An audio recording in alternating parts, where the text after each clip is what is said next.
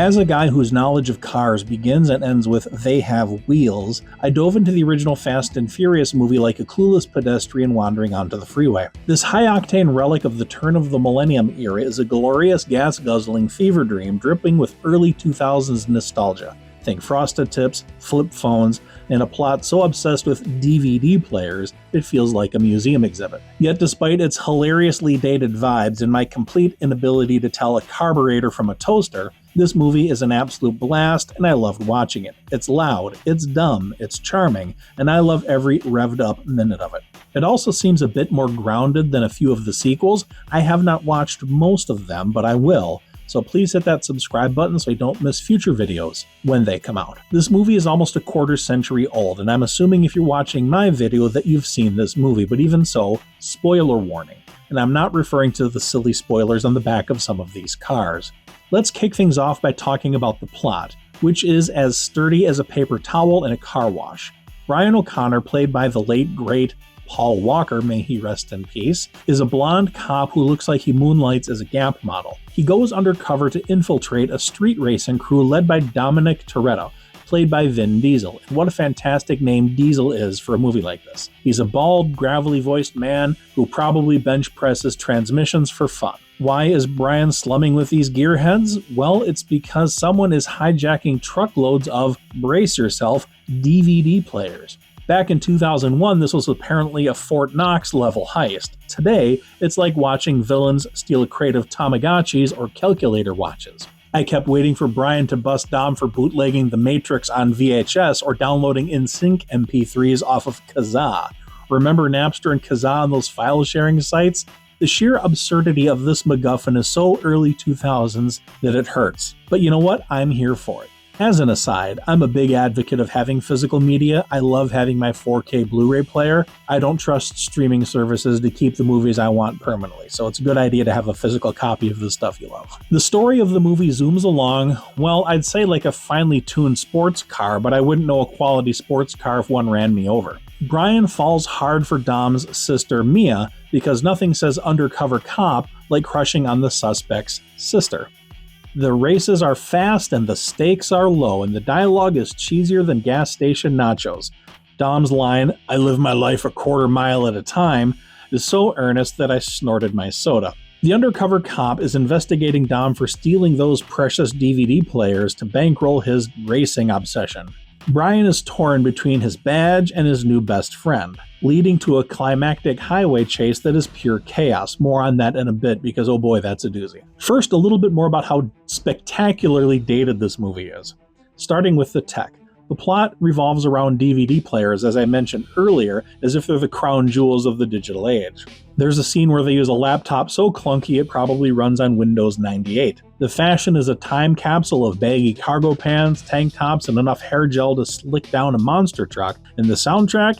It's like somebody raided a Hot Topic clearance bin. We get Limp Bizkit, Saliva, Ja Rule, DMX, blaring over every race or some sort of techno music I didn't recognize, making it all feel like I'm stuck in a 2001 skateboard park. I half expected to see Fred Durst pop up as a pit crew member. There's one scene in particular that kind of cracked me up, and that's where they go to a dance party at a house. A dude at the party starts playing a Zakk Wylde Ozzy Osbourne era guitar along with the music. And by the way, I love Ozzy Osbourne and I think Zakk Wylde is a fantastic guitar player. I'm a hard rock heavy metal guy, but the music at the house party obviously wasn't meant for a guitar.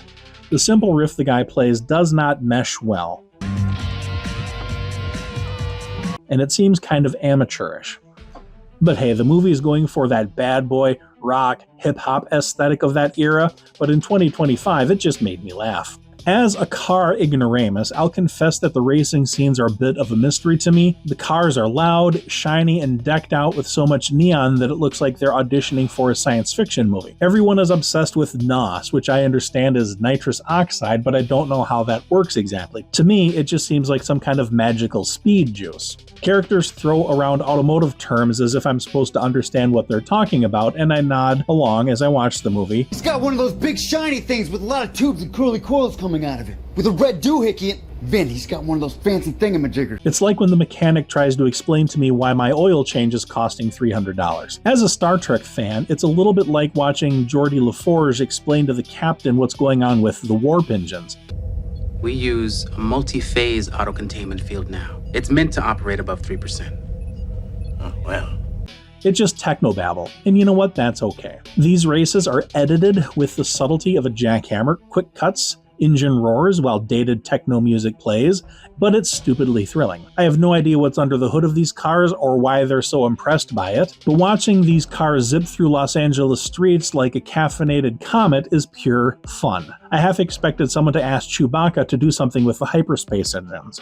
It's like watching somebody else play a video game that I am too uncoordinated to play and cheering along anyway. The highway chase at the end though, man, that was fun. It was like a Mad Max movie. Dom and his crew try to rob a moving semi-truck and it's absolute anarchy. Cars weave under the trailer, guys leap onto the truck, there's even a harpoon gun because sure, why not? It's less street racing and more post-apocalyptic war rig heist. The sequence is so over the top and it's glorious, with Brian and Dom dodging bullets and physics like they are cartoons. In the sequence where Brian reveals himself as an undercover police officer, we see Dom's facial expression. Vin Diesel puts in a good performance there without saying a word. He looks angry, but his concern for his friend overrides his anger that Brian is actually an undercover police officer. He sets his rage aside to help a fallen colleague, and I thought that was pretty fantastic. The movie is the kind of bonkers action that makes you forgive the movie's flimsier parts, like the plot which is thinner than a dollar store hubcap. The heart of the movie is the bromance between Brian and Dom, and that's where the movie really earns its stripes. Paul Walker's puppy dog charm is irresistible. He's all blue eyes and boyish grins, like a golden retriever with a leather jacket. Vin Diesel, meanwhile, brings a gruff, soulful intensity, and he growls his lines as if he was Batman. Their friendship feels genuine, whether they're bonding over Coronas or racing for pink slips, which I guess means car ownership, not being fired from your job. When Brian lets Dom escape at the end, handing over his keys in a screw the rules act of loyalty, it's a fist-pumping epic moment. The film has a found family dynamic which hits hard, even when it's wrapped in a package as subtle as a revving engine. Look, the Fast and Furious movie is as dated as a flip phone in an Instagram world. Its DVD heists, nu metal, rap rock, techno, and the clothing aesthetics just scream early 2000s artifact. And the plot is so flimsy that it would blow away in a stiff breeze, but you know what? The plot isn't really the point of the movie. The plot is just a rack to hang the races and action on, and it serves that purpose well enough. As someone who doesn't know a spark plug from a salad fork, I probably missed half of the car jargon, but you know what? That's okay too. I don't have to understand cars to understand that this movie was a lot of fun to watch. I don't need to know how a warp drive works in order to watch Star Trek. The races are exciting, the Mad Max-style truck heist is unhinged, the Brian and Dom bromance is pure gold, it's dumb, it's loud, it's lovable. It's a snapshot of the time. I give the movie a thumbs up, a 4 out of 5, 8 out of 10, whatever you want to call it. It was a fun movie. It's not Citizen Kane, it's not Gone with the Wind, but it was fun and I liked it. And you know what? If you want to be entertained, these movies definitely do that. And again, I plan on watching the rest of these movies. I'm going to do reviews of all of the Fast and Furious movies as I watch them. Hopefully I'll make it through. But thank you very much for stopping by the Reaction Lounge. Live long and prosper.